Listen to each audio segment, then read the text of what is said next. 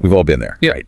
That moment you feel, I don't know, slighted, maybe ignored, or even just plain challenged by what someone else does. Yeah. And your mind just starts racing, trying to figure out why and what can I do about this? Right. How do I fix it? Exactly. Well, today we're doing a deep dive into something that's gone viral. And honestly, for good reason. It's this powerful, but kind of deceptively simple idea. Mel Robbins, the let them theory.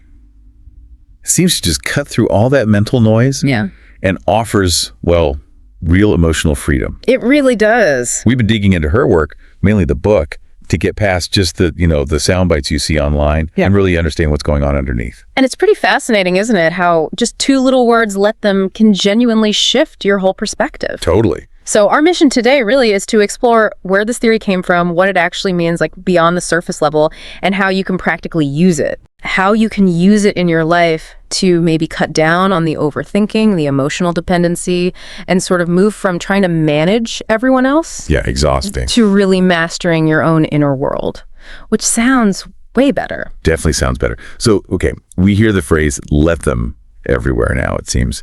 But where did this whole philosophy actually start? It wasn't just a TikTok trend, right?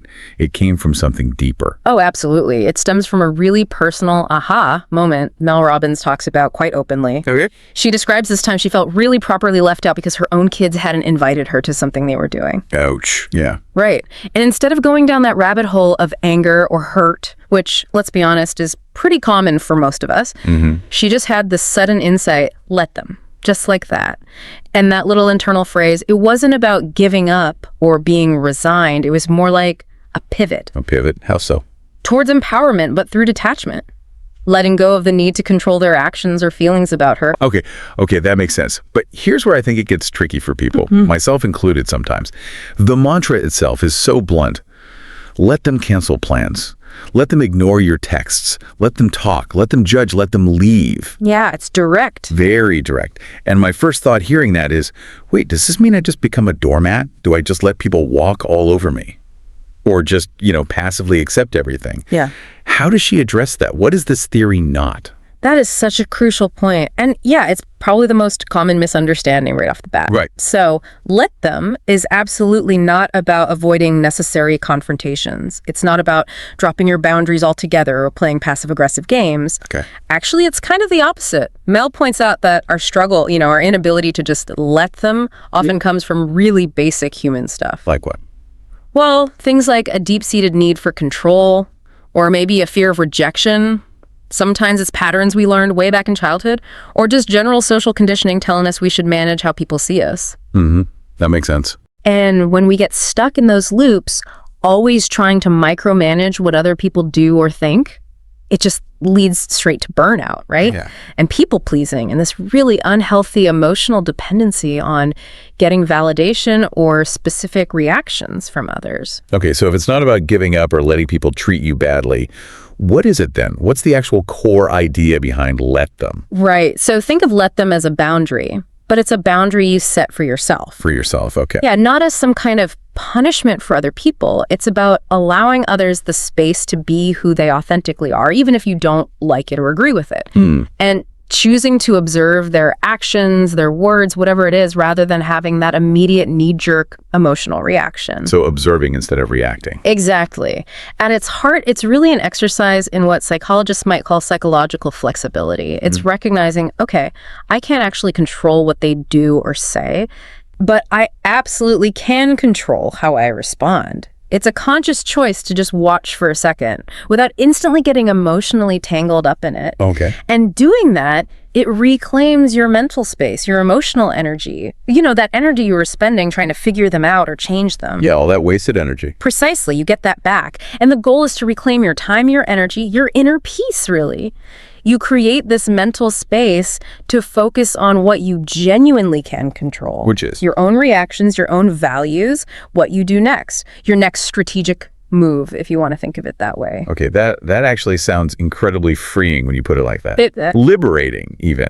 But I can imagine, for a lot of people listening, actually doing it in the heat of the moment. That's the hard part. Oh, definitely. Especially when emotions are running high. Yeah. I mean, sometimes just letting go of that urge to jump in and control a situation, it feels like finally exhaling after holding your breath too long. That's a great analogy. Does the theory give you, practical steps? Yeah. Tools for when your gut instinct is just screaming, react, not let them? It absolutely does. And that's one of the strengths, I think. It's very practical and surprisingly universal.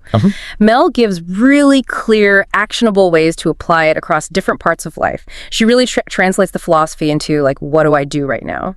Steps. Can you give us some examples? Sure. So maybe in friendships, it could look like, okay, let them ignore my message. Instead of spiraling into what did I do wrong, you just observe. Right. Don't create a whole story around it. Exactly. Don't invent a narrative about what it means about you. Or in relationships, let them act distant. Okay, that's their choice. Observe it. Don't immediately start chasing or demanding. See if their behavior actually aligns with what you need in a relationship. Interesting distinction. What about parenting? That seems tough. Yeah, for parents, it might mean let them struggle a little bit. Let them try to figure things out themselves sometimes. Growth often needs that space, that independence. Okay, makes sense. Work. At work, let them take credit or let them talk over you in that meeting. It doesn't diminish your actual value or competence. Right. Observe it, acknowledge it happened, and then you can decide strategically how, or even if, you want to respond later, not in that reactive moment. And social media. That's a big one today. Oh, huge. For social media, let them post whatever they want. Let them judge. Let them unfollow. The key is protecting your own peace and energy. Disengage from the drama cycle. Yeah. And she offers concrete tools, too, like specific journaling prompts to process these things, quick mental reset techniques, even actual scripts you can adapt for conversations. Yeah. It makes the whole concept feel much less abstract and more doable.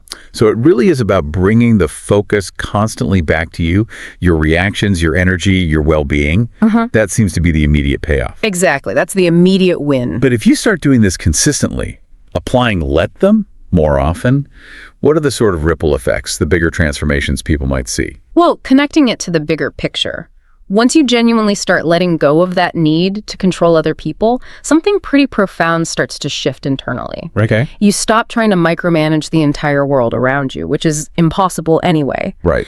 And you truly begin to master yourself. And the deeper insight there, I think, is that by embracing let them, you're not just finding a bit more peace, you're actively strengthening your own sense of control, what psychologists call your internal locus of control. Okay. Explain that a bit more. It means you're shifting from being reactive, where other people's actions basically dictate your emotional state, to being proactive. Your well-being becomes something you govern yourself internally. Got it. So it's not just stopping the drain, it's reinvesting that energy. Precisely. It's a fundamental realignment of your energy. You stop wasting it on people or situations that don't value your effort or aren't yours to fix. Right. And this naturally leads to less overthinking, more confidence in your own boundaries, just more peace. And interestingly, it often creates space. Yeah, space for more aligned people, better work situations, new opportunities to actually enter your life because you're not clogged up with all the old stuff. So it's not about isolating yourself. Not at all. It's about liberation, not isolation, freeing yourself up for what truly fits. Okay, so the book itself, you mentioned it gets good ratings, like 4.7 out of 5. People call it simple, impactful, life-changing. Why do you think it hits home so hard for so many people? What's the magic ingredient there? I think its real power is in that profound simplicity we talked about. Just those two words, let them. They can act like an immediate circuit breaker.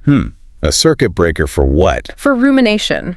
For that endless loop of trying to control things you can't.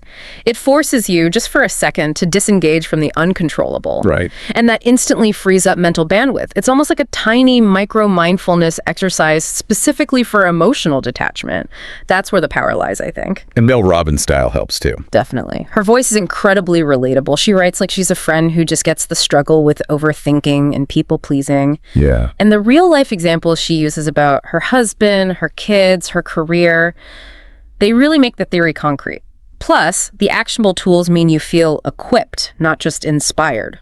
Makes sense. Yeah. Are there any sort of nuances or criticisms people should be aware of, maybe common ways it gets misinterpreted? Yeah, definitely worth mentioning. The book is based more on her lived experience and insight rather than, say, extensive clinical psychological research. Some readers might feel the core idea, while powerful, gets a bit stretched to fill the whole book. Okay. And crucially, Mel herself is clear, and the book states this, that the let them theory isn't meant for dealing with active trauma or really complex, potentially abusive relationships. Right, that needs professional help. Exactly. Those situations require much deeper, often professional intervention. Also, a common misinterpretation is thinking it means you should become apathetic or totally disengaged from life or relationships. Yeah, we touched on that. It's not about apathy. No, it's about strategic disengagement, disengaging from the uncontrollable parts, from the emotional reactivity. It's definitely not about ditching your responsibilities or failing to set clear, assertive boundaries when they're actually needed. So it's about choosing your battles wisely. Perfectly put. Choosing your battles and realizing that often the biggest, most important battle is the one going on inside your own head. It's really ideal for anyone who finds themselves overthinking a lot, feeling unappreciated, exhausted by trying to please everyone, or constantly getting thrown off balance by what other people do. So wrapping this up then, what does this all mean for you, the listener? The let them theory really seems to offer this refreshing, very practical path to emotional freedom. Yeah. Empowering you to kind of own your energy, own your reactions, rather than just being constantly bounced around by the world, cutting through that mental noise we started with. Absolutely. And maybe this raises an important question for you to think about after this. In what specific area of your life could embracing this idea, this psychological flexibility, this letting them truly transform your peace of mind? Right. Where could it help you refocus on what you can actually control and what genuinely matters to you? A powerful question to consider. Yeah. We really hope this deep dive helps you move from maybe feeling overwhelmed by others' actions to feeling liberated by your own choices.